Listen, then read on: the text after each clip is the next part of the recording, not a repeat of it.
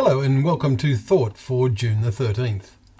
Our readings are Judges chapters 12 and 13, Isaiah chapter 37, and 1 Peter chapters 3, 4 and 5.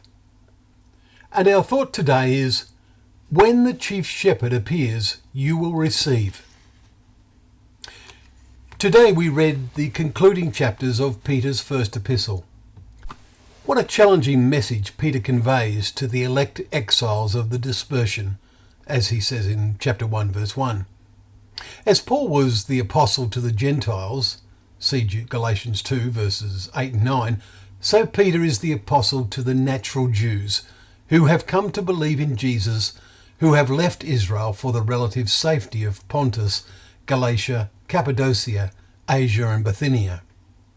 Peter was joined in this mission by James. Remember how we read the start of his epistle last week? To the 12 tribes in dispersion, greetings. Why were they scattered? Well, undoubtedly, some would have remained in Jerusalem while it still existed. Peter has a warning for them, and how appropriate is this for us today? He wrote, "The end of all things is at hand.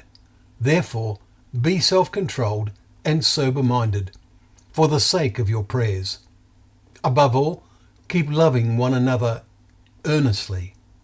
Chapter 4, verses 7 and 8.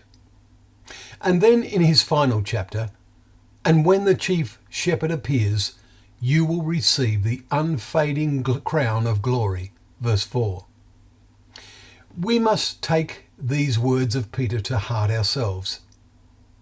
Finally, note how verses 5 to 8 contain an exhortation we should embrace today with all our hearts.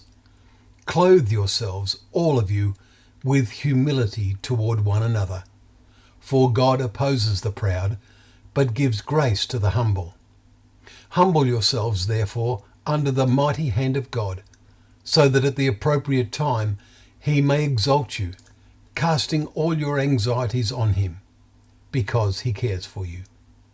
Be sober-minded, be watchful. Let us then fully embrace these words today, ready for when the chief shepherd appears, and then we will be wonderfully ready to receive. Well, thank you once again for joining us for Thought for the Day, where together we can open up the pages of God's Word, knowing that Word to be a lamp to our feet and a light to our path.